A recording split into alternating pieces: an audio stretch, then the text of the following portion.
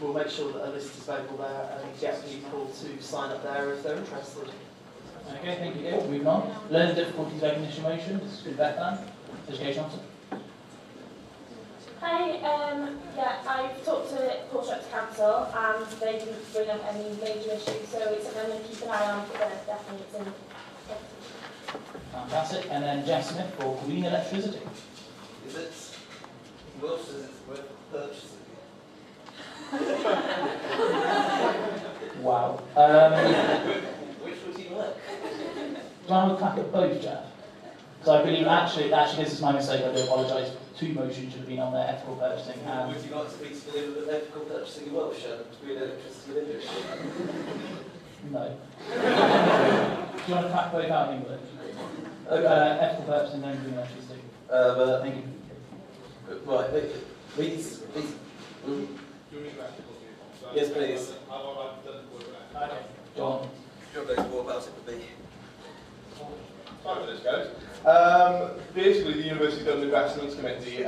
Previously, it was quite controversial. For those of you in the room, it was the body that decided to invest in BAE, Kinetic, and some pretty horrible companies. They've moved over to investment houses now, and in the last round of lobbying of that committee, we've managed to make sure that the committees that they actually put money in, the investment houses that they put money into now do not include arms. So it's a major progression for us, but there are some other major unethical topics in the room with tobacco and oil. So we're working on it, but it is getting better. Cool. Thank you. And then Jeff. Oh, sorry, one question from Kim. Sorry. On the floor.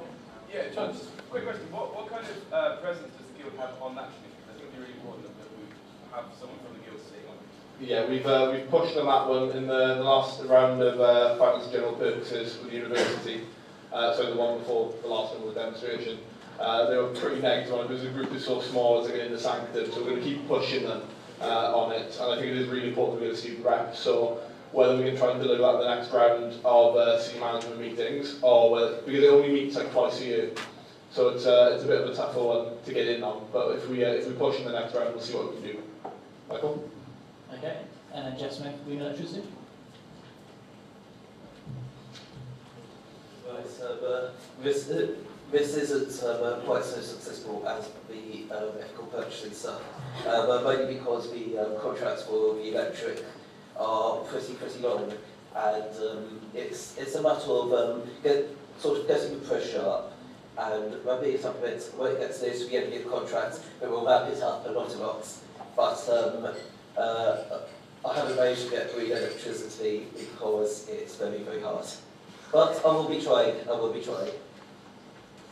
I just say that there was a meeting yesterday with the University Estates. I haven't shared this information quite yet, but they're changing the whole boiler system under here, which is actually one of the biggest wastes of energy on campus.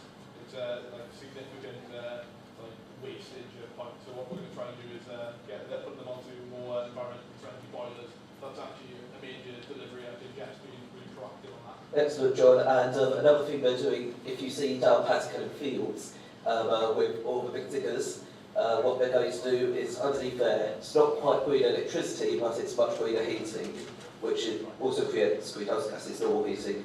They're putting a ground source heat pump to power the new IMAS building. So that building will get its energy from the ground rather than from burning gas. It will use a bit more electricity, but that's good for carbon emissions that they're putting us in, and I'm glad we've achieved that also. So it's not all bad use. To the end of the light, we improve as you're on the 45. Supports. And then once again, it's John Antoniati first. Sweet, but that. I've limited statistical reports from the normal 3 minutes down to 2, just so that the meeting doesn't overrun too much. So John, could keep Can we start timing from once I've got it up in front of me? Right, one of the things that Rebecca raised earlier was residential support. Sorry, the question was raised on residential support in halls. I'm not at a point I should be telling you this yet, but we've delayed them to a point that they can't actually execute the changes to residential support. So the power of the lobby. On top of that, they're not going to allow natural wastage and they will be recruiting, so we should have a full complement of residential support tutors next year. And thank you so much for those of you that signed the petition and who are actively involved in the focus groups. Things on finances are starting to look a little bit better. I'm going to come on to that a little bit later on. One sec. We had a demonstration, as you're all aware, last week on Tuesday. A letter was submitted to the University Council outlining major areas of the student experience that we saw as being cut back into. But there's going to be a management response which is going to be published, and we're waiting for that to come in. But currently it's looking good on residential support, it's looking good on block grant, and the university is actually talking to us about the streams of funding and areas that they're looking at cutting back, which for it to not be made behind closed doors is a major thing for us. So we can actually debate in open some significant cutbacks to the university. Another major point that I've outlined on here is the PA Sustainability Improvement Programme. This is an extremely complex document that a management summary was circulated on the website and also to your emails. In it, what they haven't outlined is the fact that they're trying to save over £1 million in bursary provision, which is absolutely wrong, because we're trying to get students from wider backgrounds to come into university, but when we're cutting back on a major provision that allows students from like lower economic backgrounds to come in non-traditional backgrounds, we're going to fight it tooth and nail. On top of that, the Vice-Chancellor, we met with April McMahon, who's the incoming, and we will be having another set of meetings with her soon, and hopefully we'll be able to get in for a question and answer session. Housing, I'm actually surprised at the university they've done their work, and we're seeing some things popping up now, and that's again been down to the protest, the lobbying that's been going on, and just applying as much pressure as possible. So we're going to see a major change there. So I'm very happy with that. Anyone got any questions for John? One question at the back. So can you just say your name for the purpose of the minutes first? Could you just do me a favour and scribble on a bit of paper and take over? Cheers. John, I think one of the issues that were raised in the letter last week was student accommodation, and Rebecca mentioned that it was only 334 students who were lacking accommodation. As far as I know, it's 780. The original figures that came out. So shall I respond now? The original figures that came out. Quickly, the question was the initial figure that was released was about 700 students. Currently don't have accommodation for next year, but the figure now released by the university is 334.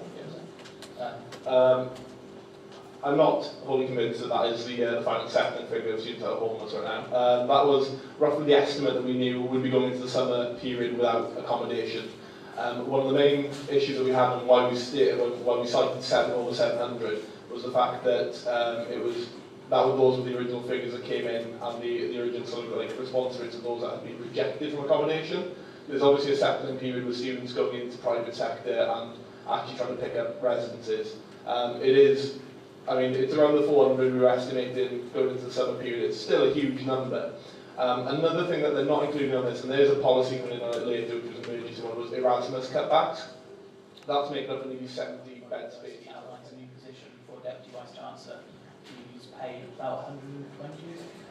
Yeah, we're estimating that it's going to be in over that 100k mark. Well over 100k mark, so right, this one's going to go back to the senior management team, so I don't care.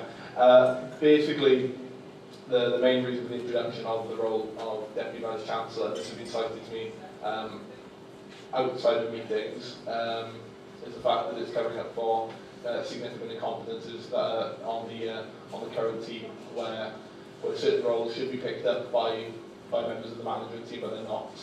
That's one of the main reasons, and that's one of the main reasons that I've also seen it to be as well, because they're not actually operating effectively on the current limit of senior managers. okay, thank you. Who's on next, Neil? Right.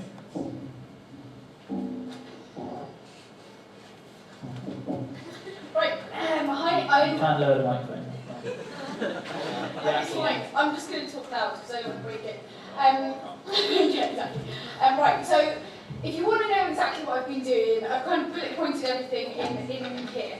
But I'm just going to talk quickly about 3 main points of what I've done since last GM. Number 1 being that the first week of February, I ran Wellbeing Week. which is basically a week aimed at looking holistically at student health. Was really impressed by